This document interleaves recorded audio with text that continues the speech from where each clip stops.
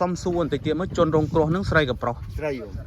អូជន់រងគ្រោះស្រីហ៎អាយុគាត់ថែប្រមាណដែរ កូនទុំមកខូប អូកូនខ្ចីទៀត ចា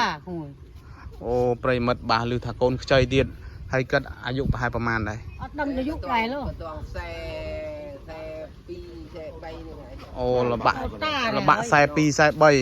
គាត់អ្នករស់នៅ ប្រយោលទេលោក បាទគាត់អ្នករស់នៅម្ដុំនេះដែរ នេះផ្ទះហ្នឹងនេះ អូផ្ទះនៅកន្លែងក្បែរនេះដែរ បាទផ្ទះផ្ទះកូន បាទហើយរថយន្ត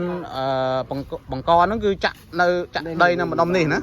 នេះផ្ទះថ្មីនេះ ដាក់ឈើក៏ได้ដាក់ឈើ អូបាទបាទ នេះផ្ទះមានអត់នោះ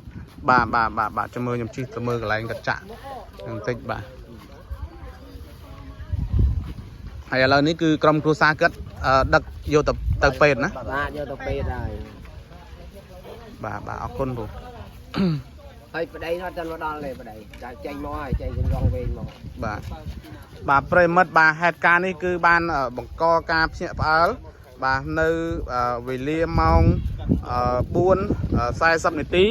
បាទត្រូវនឹងថ្ងៃទី15 ខែមិថុនាឆ្នាំ2025បាទនៅត្រង់ចំណុចបាទដីឡូភូមិជ្រេះឃុំកណ្ដែកស្រុកប្រាសាទបាគងខេត្តសៀមរាបបាទប្រិមិត្តបាទបច្ចុប្បន្ននេះគឺកម្លាំងប៉ុស្តិ៍នគរបាលរដ្ឋបាលកណ្ដែកបានចុះមកដល់ទីតាំងកន្លែងកើតហេតុបាទដើម្បីធ្វើកំណត់ហេតុបាទទៅលើករណីគ្រោះថ្នាក់ចរាចរណ៍ខាងលើនេះបាទ